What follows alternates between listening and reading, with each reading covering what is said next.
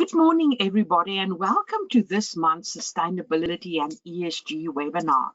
Now, this month we are continuing with the Greenhouse Gas Protocol, and we're looking at measuring Scope 2 emissions. Hello, Dylan. Good to see you. I think you're still on Hello, mute. I'm just unmuted. Sorry about that. Yeah. Good to see you again too, and happy to be here today. Thank you. So as always, our presenters on the Greenhouse Gas Protocol would be myself and Dylan Byrne. So I'm working from home today and Dylan is in the office. And sometimes when I work from home, that's when I have the IT issues, Dylan. But today we've swapped roles, right? You had the IT issues, luckily in the office with the IT people nearby so they could help you. So you're all sorted. I'm all sorted. Yep. Happy days. Yes, absolutely. Now, we would like to begin by acknowledging the traditional owners of the land on which we meet today. And for Dylan and I, it's the Wurundjeri people of the Kulin Nation here in Melbourne. And we pay our respects to elders past and present. And we extend that respect to Aboriginal and Torres Strait Islander peoples here today as well. Just a reminder, the 2023 Sustainability Webinar Series is entering the last few months. Can you believe it? We only have, after today's webinar, 3 left for the year, and the year is rushing to an end as well. So today we're looking at Scope 2 emissions, and then in October, November, we look at the very difficult one, Scope 3 emissions, and then in December, we're exploring decarbonisation strategies. Today's agenda. So we'll do a look at the roadmap to mandatory sustainability reporting. It actually is what everybody's talking about at the moment as entities with their 30 June year end start to finalize and lodge and make available their financial statements. They're starting to turn their minds to what is this going to look like for 30 June 24 and 30 June 25. When we'll have mandatory sustainability reporting. It's a real big change and a big shift, a lot of additional work for CFOs, finance teams. So how do we get ready for that? We also would like to do a bit of a recap of setting organizational boundaries, and we'll look at Scope 1 emissions, and then we'll move on to, all right, let's measure Scope 2 emissions using a similar approach. And we'll give you a bit of an introduction to what we'll be doing next month or the next 2 months. So it's a quick overview of Scope 3 emissions. The idea is to give you a little bit of time to do a bit of reading, maybe get a bit of a heads up on Scope 3 emissions, 15 categories, very difficult. So it is really a higher level of emission calculation. So let's start today by looking at a roadmap to mandatory sustainability reporting. Now, as you know, with Treasury's latest consultation paper that came out on the 27th of June, there is a group of entities called the Group 1 entities. So entities that are required to report under Chapter 2M of the Corps Act. They fulfill 2 of the 3 thresholds, so more than 500 employees, more than 1 billion of consolidated gross assets, or more than 500 million of consolidated revenue. If you meet 2 of those 3, you fall in Group 1, and also entities required to report under Chapter 2M of the Corps Act, and that are a controlling corporation under the INGA Act and meet the INGA publication threshold. So Group 1, the first entities that have to do mandatory reporting, and it is a large entity. Doesn't matter whether you listed or not. If you're in this size, you'll be caught. There's 2 exceptions really. The one exception is around public sector. They've not dealt with the public sector in this consultation paper. So obviously the public sector is above this threshold, but the Minister of Finance is exploring that, and we're waiting for that. So this is mandatory reporting in the private sector. The other thing that's potentially, or group of entities potentially excluded, are not-for-profit entities that are required to lodge with the ICNC and not under Chapter 2M of the Corps Act. So some not-for-profits lodge with ASIC under Chapter 2M of the Corps Act, and some not-for-profits lodge with the ICNC. So again, if you're not caught under Chapter 2M as a not-for-profit entity, this would not apply to you at this stage. However, having said that, I will address later a little bit of supply chain issues and how it trickles through the economy. So if you're a Group 1 entity, a potential roadmap to get you ready. So I've tried to address what do you do for 30 June 2024 if you've got a June year end, or what do you do 31 December 23 if you've got a December year end? Because if you've got a December year end, mandatory reporting will come 31 December 2024. For 30 June year end, you'll see the green, the mandatory reporting will come 30 June 2025. So it's a slightly different timeline depending on whether you're a June year end or December year end. And we're trying to flag for 30 June 2024 or 31 December 2023, have a calculation and reporting of Scope 1 and 2 emissions, as well as Scope 3 emissions to start to get ready. For Scope 3 emissions, you'll have 2 years to fine-tune it. For Scope 1 and 2 emissions, you'll have to get it very accurate, because a year later it will be in the annual report. So there's some opportunity to do the calculation, learn some lessons, do some voluntary reporting before the mandatory reporting comes. And when we look at climate-related disclosures, you could look at the TCFD gap analysis and include all or some of that. But I think it's a good time for these entities, because it's a short time frame, to also do an IFRS S2 gap analysis. The one area that I think you've got some time is IFRS S1, and maybe delay that IFRS S1 gap analysis till the next year, because there's a lot to do around measurement of carbon footprint and a lot to do around climate-related disclosures. So let's wait with the general disclosures a year later. For these entities, the Group 1 entities, there's not a lot of time. If you've got a December year end, you've got 15 months before mandatory reporting, not a long time. For 30 June, there's a little bit more, but as we know, December, January is some quiet months in Australia. So just, this is really important, and we have to get going with this. Now, Group 2 has a bit of a delayed timeline. Everything is 2 years later, and Group 3 another year later. However, the point we want to make is, what does this mean for smaller businesses? And we've just released our newsletter for this month, and we've got an article on what does mandatory sustainability reporting mean for smaller businesses. So we know if Australian entities need to report and mandatorily report their carbon footprint, so those Group 1 entities and later Group 2, Group 3, we know that carbon footprint that they have to reduce is broken into the 3 scopes, which we're talking about in this webinar series. We know Scope 3, which is the indirect emissions, so it comes through goods and services that you buy, so it's coming from your suppliers.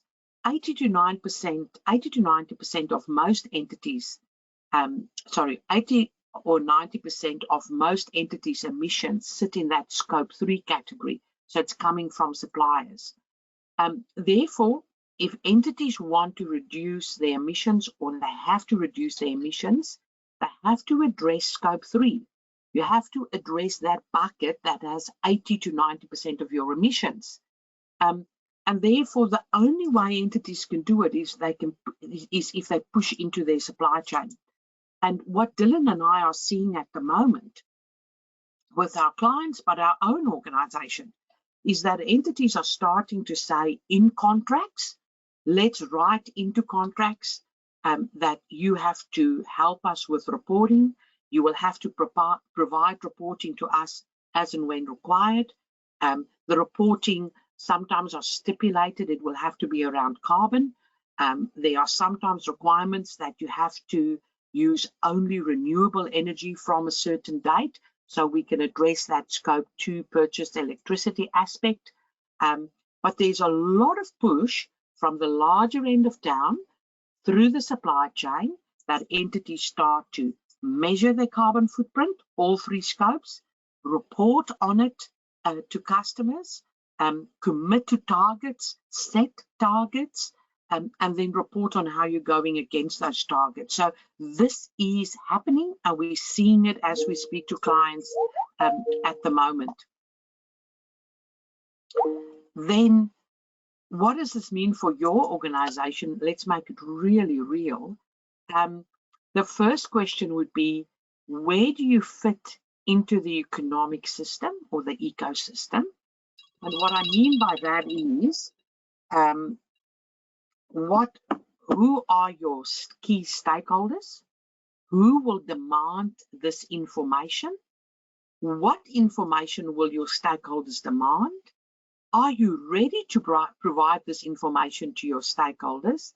And finally, you know, Dylan, whenever we speak to clients, I think the key message is let's get started.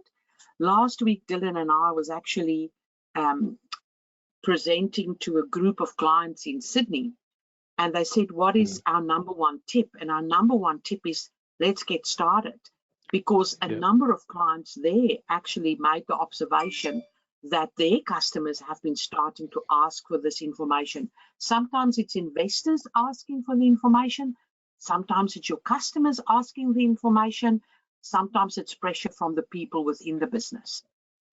So we're really seeing this, and therefore a reminder to not delay. Yes. If we do, thanks Dylan, if we do a little bit of a recap on before we look at scope 2, just a reminder that we start with setting the organizational and operational boundaries, and we've discussed this in our webinar in July. So we look at organizational structures. This is the starting point. Ownership, the legal structure, the joint ventures, etc. Then we also look at operational boundaries, on-site and off-site activities. We look at processes, services, etc. And we consider business context, so the nature of our activities, geographic locations, industry sectors, etc. So really, to set that inventory boundary for an organization, you first set the organizational boundary, and then it's an operational boundary. So organizational boundary is around which company operations and entities to include, and operational boundaries is the emission sources to include, and what are the categories of those sources.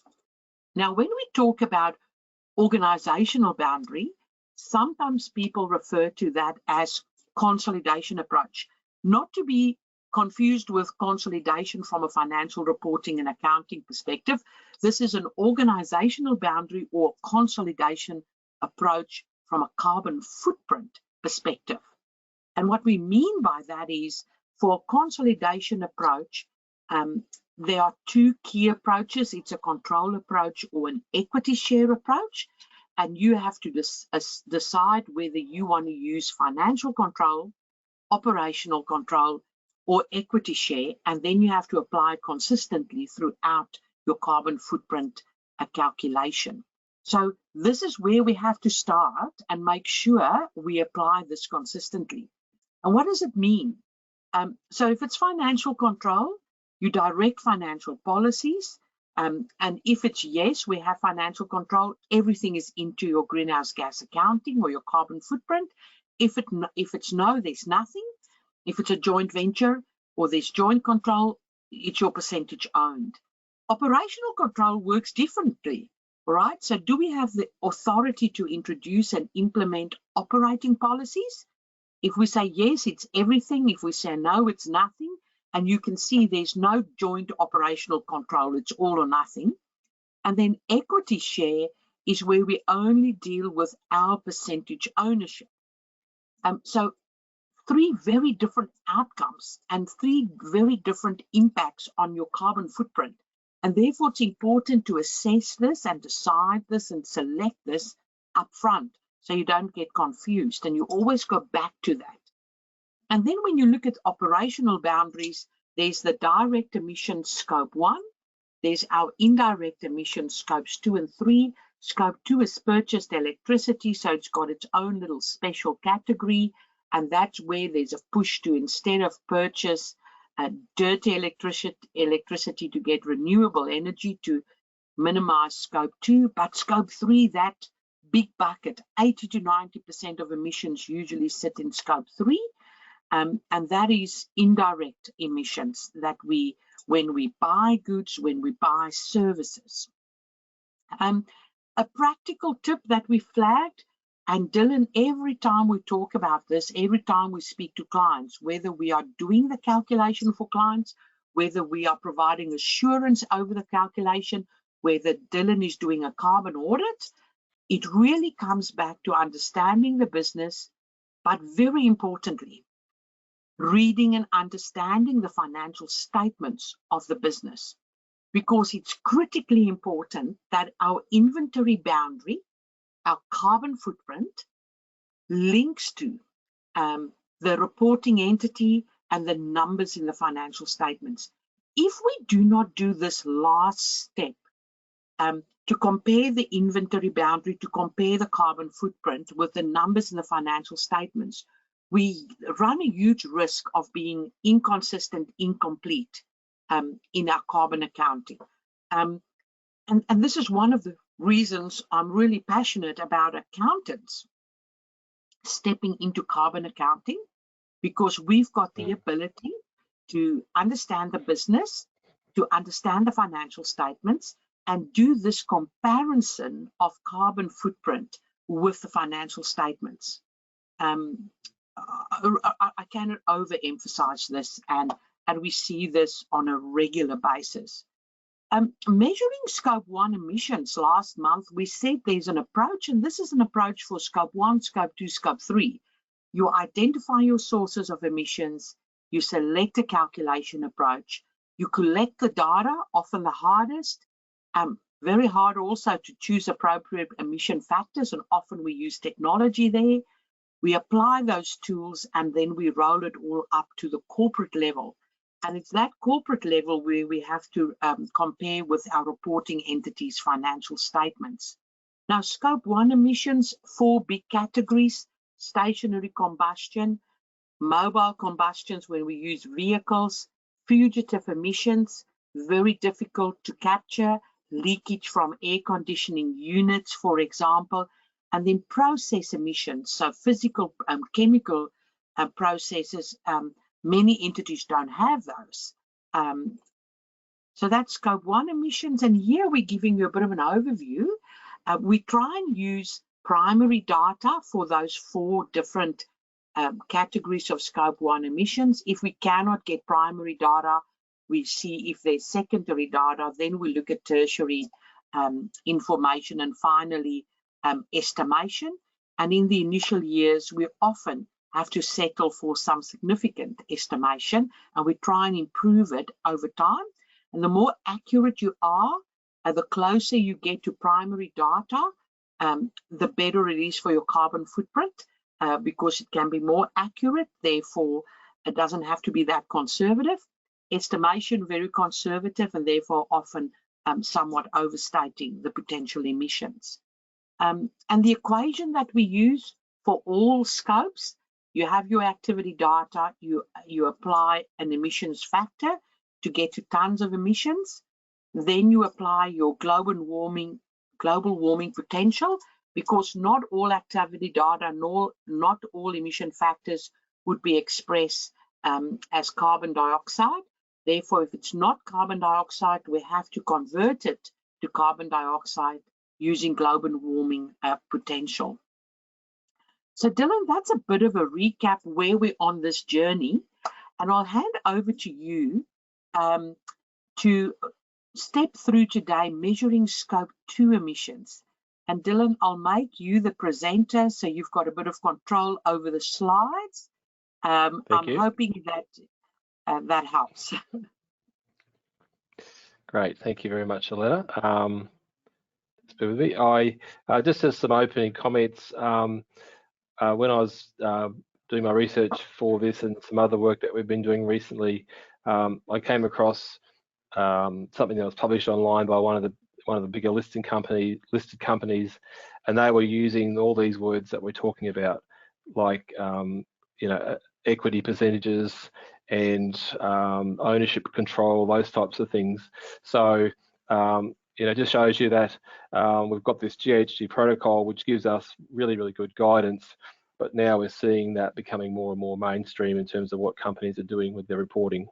The other comment I just wanted to make was a little bit off field, but just something very topical, in that we want to really start bringing this discussion into the area when there's transactions happening. So, you know, if you're buying or selling a business, make sure that this is a key part of the discussion. I'm just working on an audit at the moment, and they purchased this particular business partway through, you know, the financial year, and unfortunately, they haven't got the records from prior to the purchase. So when we come time to do a footprint and an audit, it just becomes a little bit harder because you know, maybe things weren't considered in real time that have a flow-on effect. So just encourage you, you know, more from a commercial perspective, if you're looking at transactions, to make sure you're getting the data that relates to the entity or the facility that you're buying. Okay, so just talking about scope 2, as we've mentioned previously, this is all about the emissions that are inherent in either mainly electricity that we're purchasing, but also other things like heat and steam and those types of things, but effectively something that is being produced by another party, that our facility or entity is purchasing that electricity.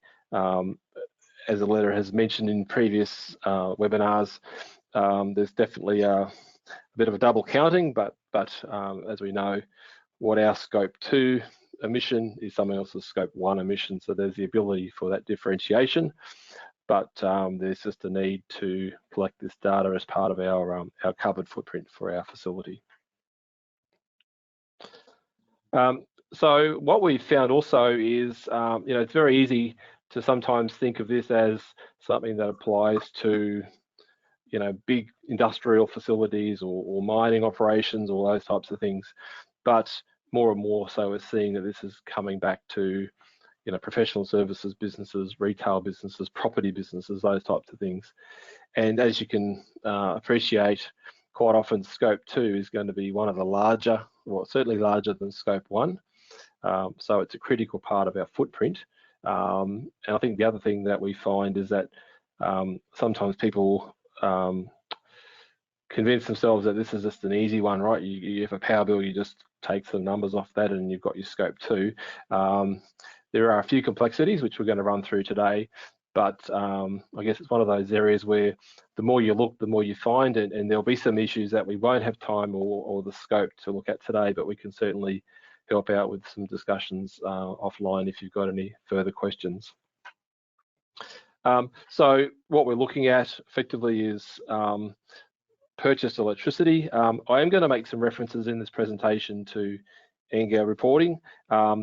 So we are looking at this from a couple of perspectives. One is ENGA reporting, which is obviously very Australian focused in relation to ENGA reports and audits. Then on another level, we've got the GHG Protocol, which is obviously a global framework, which doesn't know about ENGA reporting. So there'll be some slight differences there, but we'll point them out as we go. But in terms of ENGA reporting, if you're purchasing electricity from the main grid or another source, and you consume more than 20,000 kilowatt hours of power in that facility in that year, then you have to include those scope 2 emissions in your ENGA reports to the Clean Energy Regulator. As I said in the intro, I mean, in the past it has been quite simple. You know how many kilowatt hours you used because that's on your power bill. You had an emission factor and you just went X times Y equals Z. it is getting more complicated, and that's predicated on the fact that we're getting a lot more renewable energy in the system. There are a lot more individual contracts as opposed to just buying it off the prevalent retailer. So we do need to make sure that with our reporting that we start factoring in some of those things. And there's also an overlay here. We're talking about effectively emissions, which is CO2 equivalent. But when we talk about electricity, obviously we've got renewable energy and renewable energy certificates, which are kilowatt hours. So you have these two kind of side-by-side things. They are interrelated. But in terms of today's discussion, we're mainly focusing on the CO2 equivalent. So there are a couple of methods for determining scope 2. Both methods are using the same value for kilowatt hours, so there's no difference there in terms of the amount of power that we've consumed. But what we do have is two methods, and this is where ENGA is probably a bit more prescriptive, whereas the GHG protocol gives the reporting entity a little bit more discretion. But the first method is location based, and that is what we have seen traditionally, right? And that's where we're talking about what is the emission factor for the grid, and it's effectively an average of lots and lots of power generation, renewable energy proportion in the grid, and it's a state-by-state factor. And what you'll see is that some states who have done more in relation to renewable energy, e.g. South Australia, then their emission factor is going to be a lot lower per kilowatt hour than other states where there's still more reliance on fossil fuels. So this is the traditional method that we've used.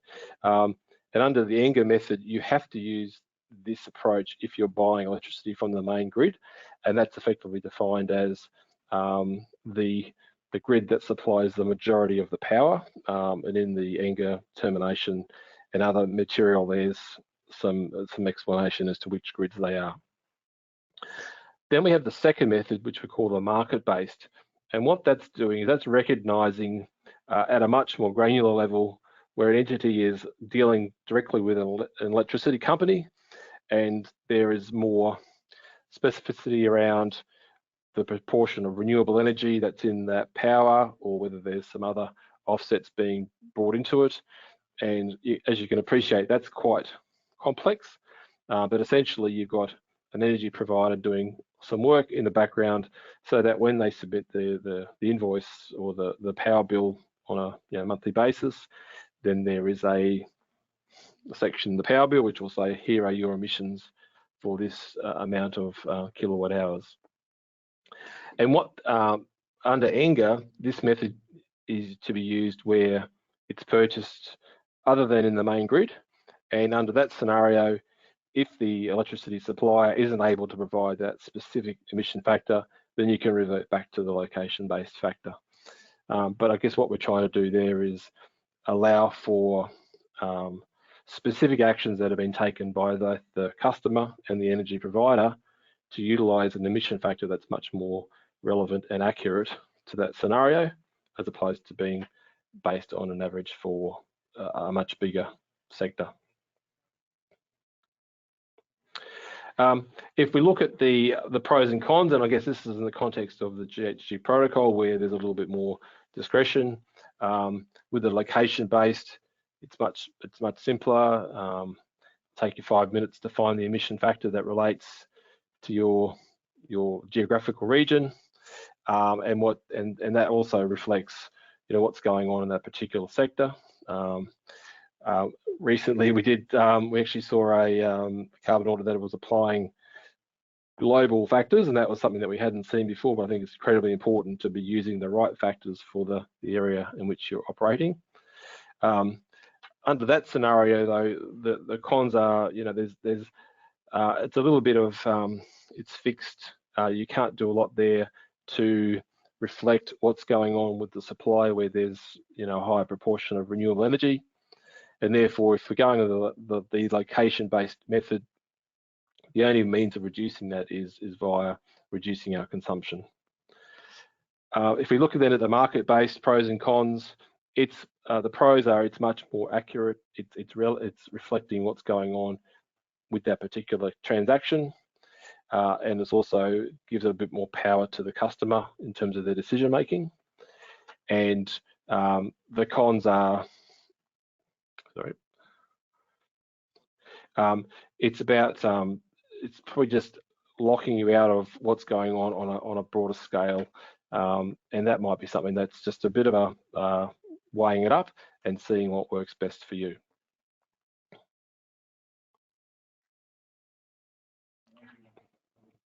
So we've just got a little bit of guidance here in terms of what we should use, when we should use it. Sorry, my screen's just being a little bit uncooperative. So, you know, if you've got a company in markets where the suppliers don't have that information for you about the emissions that are specific to the power that you're buying, obviously the location-based method is the one that you'll use. It's pretty easy, and it's, I would say, it'll be used by the vast majority, unless we're talking about quite bespoke contracts, and this is where we've got, you know, supplier-specific data. We do see a bit of that in the natural resources area. Obviously, the power is being generated and consumed, you know, well away from the grid, and it's much more bespoke contracts. That's where we would see the market-based method probably being more prevalent. And just keeping in mind that the GHG protocol, when we start looking at that as our basis, in many instances you'll need to do both. So it won't be an opt-in or opt-out like we have with Enga. It's going to be something where you have to do both approaches and see how you go. When you come across these things, you know, there's a huge amount of information available, but the first place I go to is there's some really good information, obviously in the GHG protocol, but also in the Clean Energy Regulator website with the audit determinations and energy factors and those types of things. So I'd always point you in that direction. If you have any trouble finding information, then, you know, please let us know. So the data that we rely upon in doing the scope 2 emissions, obviously we need to know what our electricity use is in kilowatt hours. As we've said a few times, thankfully we do have pretty good power bills and a lot of information in them. We have the ability to weed out some of the network charges and those types of things that are not based on the actual usage of power. And in some cases, we may even need to go to metered electricity consumption. That's becoming much more prevalent, more around energy efficiency. So, you know, if you've got a business where you've got lots of different equipment using lots of different sources of power, or, you know, coming in at different aspects of the supply chain, then having that metered electricity is important. There are a few formulas in the guidelines where you can actually do some basic calculations around, okay, if my power is this, I can determine what my energy factor is, and I can work out what my electricity use in kilowatt hours is as well. In the GHG protocol, there are some hierarchies. So obviously, what we're trying to do here is say, okay, start at the top, aim for the best source of information that you can find. But if you haven't got that available, then you cascade down. So if you're looking at the location-based method, then the best source of information is a regional or a subnational, i.e. state by state. We're very lucky in Australia that we've got that information readily. But if you were in a sector where, you know, outside of Australia where you didn't have that, then you would then revert to the national production emission factors. Whereas at the market-based method, you can obviously appreciate that not every power bill, and I've looked at lots of power bills, not every power bill has you know, an emission calculation in it. So in some cases, you may need to work your way down till you get to the level where you can actually figure out what's going on. And as a fallback, you're always going to have the regional emission factors as a stopgap.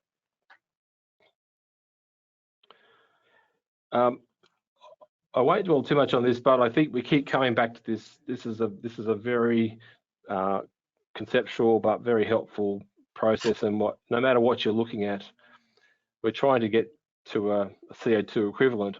What we're trying to do is just help you understand what the process is.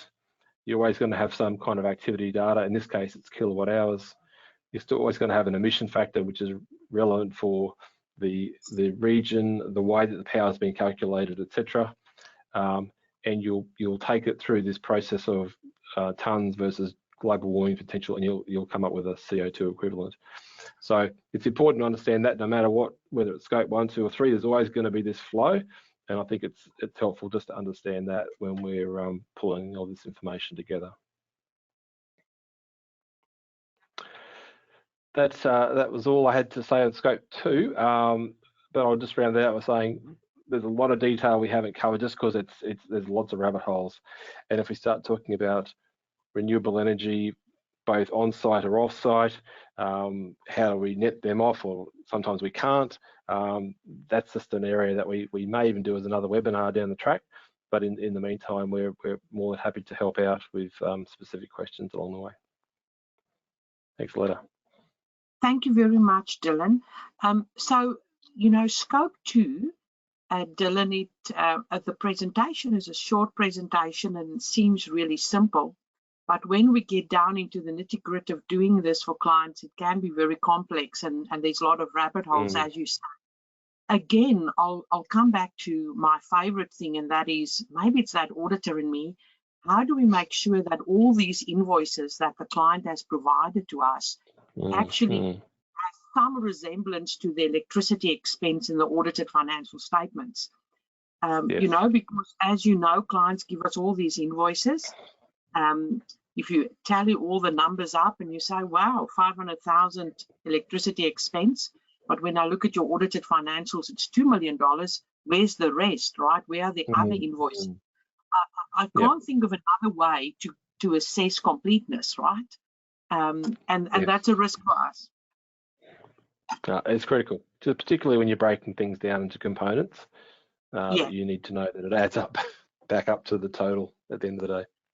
Yeah, and also that it's not more than the total, that we're not double counting. Maybe some invoices are split between different locations.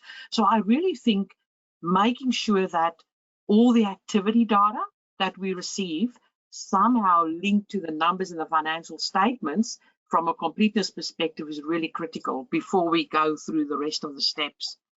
But thank you very much for that, Dylan.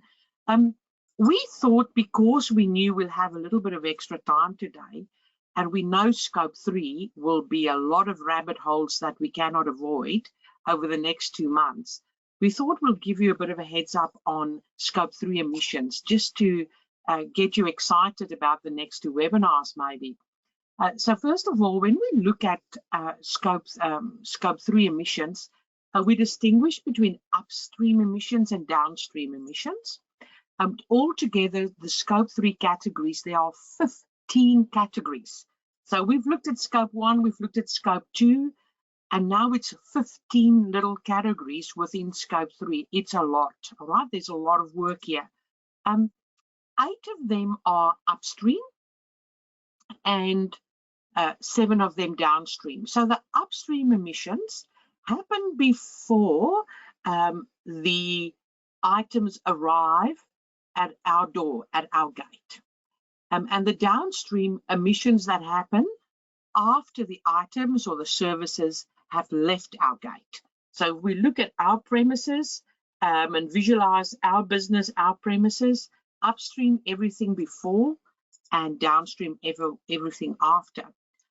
So if you look at these upstream emissions, purchase goods and services, capital goods, business travel, etc. So that's just one way to look at it. Another way to look at maybe I should just take a step back. When we look at scope 3 emissions, there's actually a supplement to the greenhouse gas protocol just looking at scope 3. It's got its own separate book, and I've got a link to the document there. This is extremely complex, and therefore I just wanted to flag that. if you look at Scope 3 emissions, this is a visual representation, and you can see the green bit in the middle is our reporting company, or if you want to make it simple, our premises, our facilities, the vehicles we own.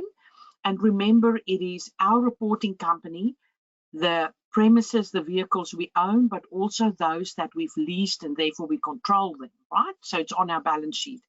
And then you'll see upstream activities, all the things that happen that are indirect before it arrives at the reporting entity, and downstream, all those activities that left after the items and the services, the goods have left the reporting company.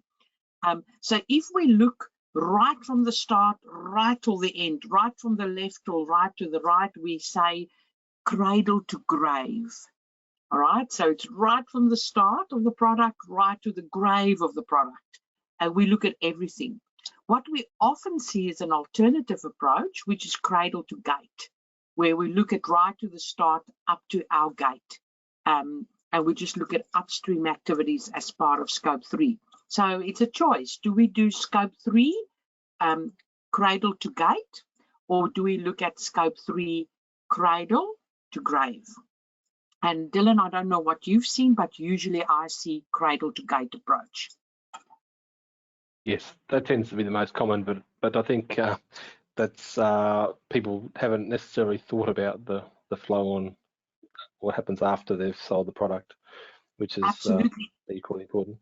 I might just mention too, Aletta, that with electricity, there's also an element of Scope 3. So if you're doing some electricity calculations under the protocol, quite often you'll have two emission factors. One will be the Scope 2 emission factor, and then the much smaller number will be the Scope 3 emission factor. So it just depends on what you're doing, how wide your scope is, and whether you need to include that upstream electricity in the Scope 3. Yeah, that's something that people need to be aware of. Absolutely. And I think, Dylan, the downstream, if we say Scope 3 is the hardest part of the carbon footprint calculation, I think we can narrow it down even further. The downstream activities is really, really hard. And I think that's why many people having the choice look at cradle to gate approach. So we can just find our feet initially, at least. Someone else's problem. Yeah, absolutely. We're delaying the problem or deferring the problem, maybe. If we look at the Scope 3 emissions, Category 1 is interesting. It's the catch-all category. Remember, we said upstream activities, categories 1 to 8 would be upstream. And therefore, if you look at those upstream activities, cradle to gate, you first see if the activity fits into categories 2 to 8. And it doesn't fit in there, but it's an upstream activity, you put it in Category 1. So it's a catch-all category. So we're looking at purchased goods and services that don't belong in these other specific categories. So extraction, production, transportation of goods and services that we've purchased or we've acquired the reporting entity in the reporting year, and it's not in these other categories. If we look at Category 2, here we're just looking at capital goods. So it's extraction, production, transportation of capital goods purchased or acquired by the reporting entity in the reporting year. Now, sometimes clients have a bit of confusing. Is it Category 2, capital goods, or is it purchased goods and services? You know, what's the distinction? I'll give you an example where it gets tricky. If you've acquired goods that are intangible assets, so would you deem an intangible asset to be a capital good, Category 2, or would you deem it to be purchased goods and services as a Category 1, right? Because some people think a capital good is something that I can touch and feel. Somebody else would say a capital good is maybe something that's got a longer life than just 1 year. So it's an interesting one. However, I want to say, as long as it is in Category 1 or Category 2, and you apply the right factor, I think we're good to go. You know, just capture it somewhere. But that's always an interesting debate. Then I think this is the one you were talking about, Dylan, the fuel and energy related activities that are not already captured in scope 1 or scope 2. So this could be extraction, production, transportation of fuels and energy purchased or acquired by the reporting company in the reporting year, but we've not already picked it up as part of scope 1 or scope 2. Maybe it was outside the boundary, but now it's in scope 3. Another one is category 4, upstream transportation and distribution.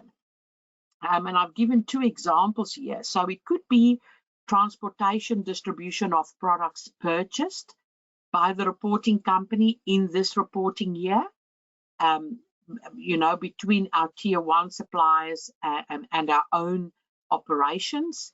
So it could have been transported in vehicles and facilities not owned or controlled by the reporting company. Remember, if it is transported by vehicles owned or controlled by the reporting company, we would have picked it up in scope 1 through the mobile combustion aspect. So this is a different one. And then also we're looking at transportation and distribution services purchased by the company, including inbound logistics, outbound logistics, and then also transportation and distribution between a company's own facilities, moving from one facility to another facility. So we're looking at transportation and distribution that doesn't happen through vehicles that we own or vehicles that we've leased. Because if we own the vehicle, we control it, it's on our balance sheet, or if we leased it, it's a right of use asset, it's on our balance sheet again. If we then go on and we look at category 5, this is waste, and this is an interesting one. Some organizations could have quite a big number here. So it's the disposal and treatment of waste generated in our operations in the year, again in facilities not owned or controlled by the reporting company. Remember that owned or controlled, as soon as it's owned or controlled, it would have been scope 1. Business travel, transportation of employees for business-related activities during the reporting year. Again, not in vehicles owned or operated by the entity. So business travel could be to clients, it could be for conferences. So, you know, business travel, a separate category. Employee commuting, transportation of employees between their homes and their work sites during the reporting year. So it could be from home to the office. You know, so how far do they travel? What vehicles do they use? Electric or otherwise? Do they use public transport? And you can see all the grayness already coming into category 7. And then category 8, upstream leased assets. So it's the operation of assets that are leased by the reporting company. So we're a lessee. And it's not already included in scope 1 or scope 2. So potentially outgoings associated with these upstream leased assets. For example, electricity purchased in these leased assets would already be in scope 2. But other expenses, maybe we're paying a security amount, those other outgoings will be falling into category 8. Now we're looking at downstream. So a lot of entities don't look at downstream, but let's have an idea of what it is. So category 9, transportation, distribution of products sold by the entity in the reporting year. If you look at category 10, it's the processing of sold products, the processing of intermediate products sold in the reporting year by downstream companies, so manufacturers. So we sold products that become part of a manufacturing activity at our clients. So, you know, very hard. How do we capture the emissions there? If we look at category 11, the use of sold products. So what is the end use of the goods and services that we've sold, and what are the emissions associated with that? So an interesting one here could be technology. If you've created a technology product that is hosted in the cloud, and therefore there's a lot of emissions associated with the data centers, etc. When your technology product, which is a SaaS product, is used by customers, should that be part of your scope 3 emissions? You can see downstream is really hard. How do we get that data? And we have no control over it. Very difficult. Category 12, end of life treatment of sold products. So a good example is if I've sold a mobile phone at the end of the life, what happens to that mobile phone? If we've sold laptops, what happens to the laptop at the end of their life? And what are the emissions associated with that end of life potential destruction of the product? Downstream leased assets. So this is now looking at where we are the lessor. So upstream lease assets, we're the lessee, and we're looking at those other outgoings. Here, we're the lessor. So it's an operation of assets that we own, we're the lessor, and it's leased to other entities. And maybe there's some emissions associated when they use our assets, and should we include that in our carbon footprint? Franchises, same thing. If we've got franchises and those franchises are being operated by the franchisees, should that be included in our carbon footprint? And also investments. What if we've got investments? So we've got investments in various funds. It could be debt instruments, equity instruments. It could be project financing that we provide. Again, those funds are utilized by these investees, and the emissions that they generate and create when they use our funds, should we account for it? Should we include it in our carbon footprint? So you can see very difficult to look at the downstream side. The other thing that I thought I'll flag this month as a final thing is the time boundary of scope 3 categories. So this greenhouse gas protocol is looking at all emissions related to the reporting company's activities in a particular year. So all our activities in a particular year. So that would be emissions around products that we've purchased, but it could be, if we use cradle to grave, the products that we've sold during a particular year. So, for some of these scope 3 categories, the emissions occur simultaneously with the activity. So if we've got combustion of energy, the activity, the combustion happens in the same year and the same time. So we look at scope 1, for example, it happens at the same time. For some categories here, the emissions may have occurred in previous years. So that could be purchased capital goods. So there were emissions when those capital goods were manufactured in previous years, but now in the current year, when it arrives at our gate, we now have these emissions arriving. So the activities and the emissions for us is at a different time. And then for other, the emissions are expected to occur in future years.